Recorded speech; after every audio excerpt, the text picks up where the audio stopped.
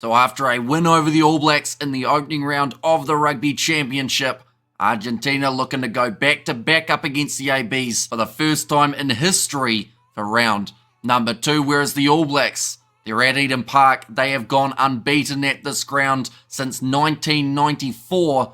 There's a lot on the line. There could be jobs on the line. Of course, the tensions will be high for this match of the Rugby Championship. But in this preview, we'll be looking through at the sides that have been announced, the key players, what happened last game, and then also a prediction at the end who we think will win this game. We may also even have a special appearance later on in the video too. But first of all, we will be looking through at the starting sides for the All Blacks. They have gone with Tamaiti Williams at number 1 due to the injury of Ethan de Groot. Cody Taylor and Tyrell Lomax make up the rest of that front row. In the locking duo, it is unchanged from last week. Tupovai, number 4, and Sam Derry will be the number 5, one of the standout players for the All Blacks in match number 1. He got himself his debut try in his first ever start for the All Blacks, and he will be very excited to back it up in this match. Unchanged in the loose forward trio as well here for the All Blacks. Number 6, Ethan Blackadder. He made 20 tackles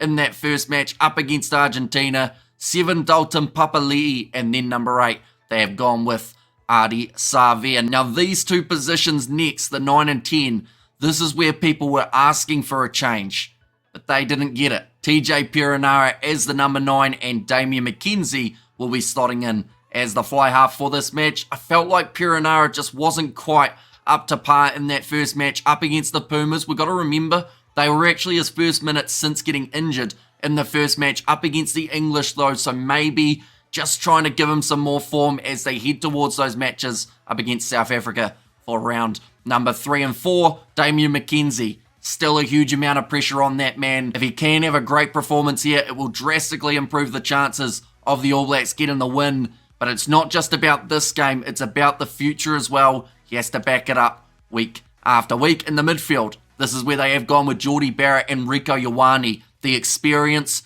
the out of form centre pairing, unfortunately, is how you could label these two at the moment. Leonard Brown will be coming off the bench. No sign of Billy Proctor. So Barrett and Ioane, the two out on the park. Number 11, Caleb Clark. A change from last week. They did have Mark Talia, but now Mark Talia will be making his way off the bench. Will Jordan moves to number 14, so no Sever Reece at all in this All Black side. And then Bowden Barrett at number 15 once again. Looking through at Argentina, they've made a few changes, but one massive one in the starting lineup, and in fact he is in the front row. Number 1, Thomas Gachot. Number 2, Julian Montoya. He is back for the Pumas. Massive inclusion. I know that Argentina will want to shore up that line out a little bit more than they had in the first test match. Their scrum was strong though, which is a massive plus for the Pumas. We didn't get to see it in action though, of course, until around that 60-minute mark where we saw the first scrum of the match. Number 3, Lucio Sordoni will be the man to close out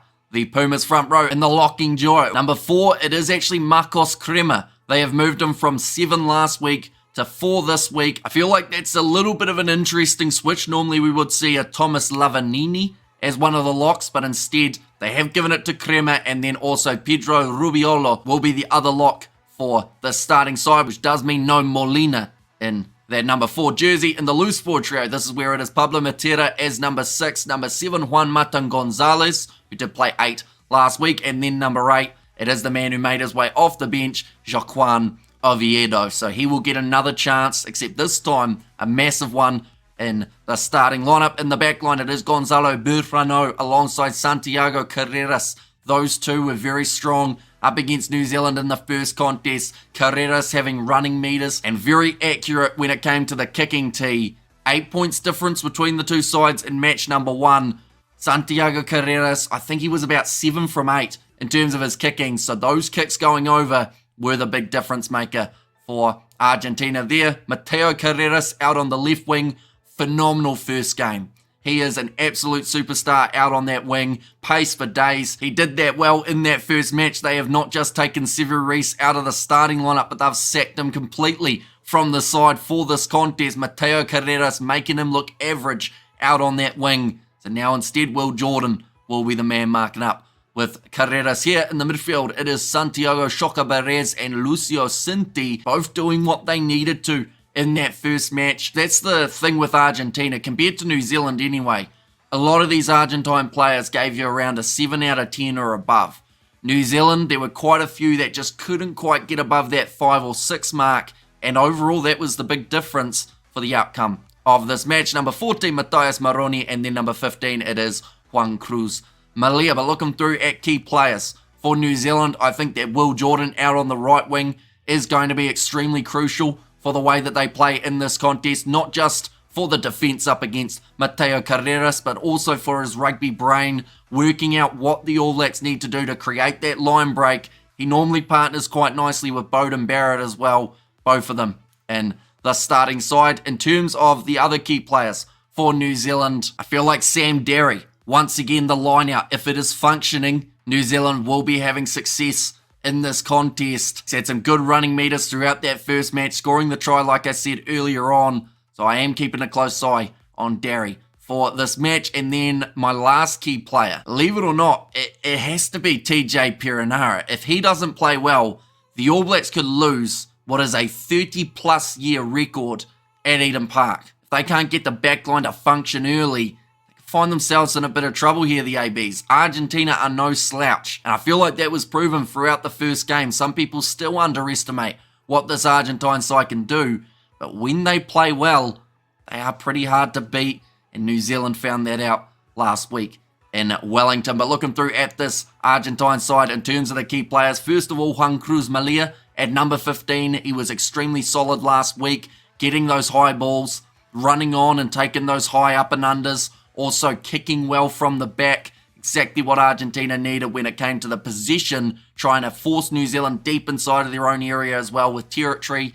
And if he can back that up again here, and New Zealand play similar to how they did last week, Argentina may just be able to put that extra pressure on and create another counter-attack, which in round one, they were scoring off a majority of the time. In the forward back, Pablo Matera, I think he's going to have a big game here at number 6, going head-to-head with Ethan Blackadder. Those two were right up there in terms of the tackling numbers from last week, both in the top 5. In fact, Ethan Blackadder, the only All Black who was in the top 5, the other 4 were Argentines. But Argentina in that last match, for the third time since 2021's Rugby Championship, they were able to have more than 180 tackles throughout a game, yet they didn't really slow down. And that is a great sign for their conditioning. The fact that they don't lose a step when they start to get tired, that's the kind of pressure that coaches do love to see. And the last player to watch out for in this match, it has to be Julian Montoya, back in the side. He's strong at a line-out. He loves a rolling ball, which Argentina may decide to go for a little bit in this contest. I do see them taking a few threes when they come up and when the opportunity is there, but I also do see them kicking for the corner, being a little bit more aggressive and trying to put this All Black side under much more pressure. But now we move on to the stage of the prediction where we will be giving our score prediction, ladies and gentlemen. After last week's performance, 38 points to 30, the win to Argentina, not a single point on the Rugby Championship table at the moment for New Zealand. Can they turn it around in just 7 days? Now, we've seen the All Blacks lose before, and sometimes that is when they're at their most dangerous, that next game after. They don't often lose 2 in a row. This was Scott Robinson's first ever loss as the All Blacks coach. So to lose 2 in a row here, some people would completely dismiss the idea of that man coaching for any longer than just this calendar year. So I am curious to see how they fire back. They've gone with a lot of experience in this lineup. Having Barrett and Rico Ioane in the midfield, I feel like that's a bit of a statement to say we're going with more of our veteran side with Anton Leonard-Brown off the bench and also the return of Sam Cane. They think that the experienced heads are the ones that can get this job done, but a lot of people actually have the opposite opinion. They think get Cortez Ratama in there. Give those young guys a chance. Billy Proctor, Pasilio Tosi, those young future stars for the All Blacks. But I just don't know if I can see the All Blacks losing 2 games in a row. Definitely not at Eden Park. But if they did, we're talking about a really tough time for New Zealand rugby as a whole. I'm going to back New Zealand to win, but I think it's going to be tough. Some people have said they feel like this could be a landslide for New Zealand, that they find their feet and that they win this game by 30 plus. But I'm going to say they win it by the exact same margin as they beat Argentina last week. I'm going to say the score will be 31 points to 23. It is the prediction. It could be a mile off, but I did say earlier on, it wasn't just going to be me on this video. My mum is also going to give a prediction for who she thinks will win this game. Score prediction would be... it's a tough one. I'm going to pick the All Blacks. They've got to win, but they'll probably only win 25-19. The player I think is going to stand out is Damian McKenzie, because when Ratama comes in after TJ gets injured after the first 5 minutes, we're going to have an awesome backline. Hey, you should sit here then. Give you a prediction. On your lap. Down there.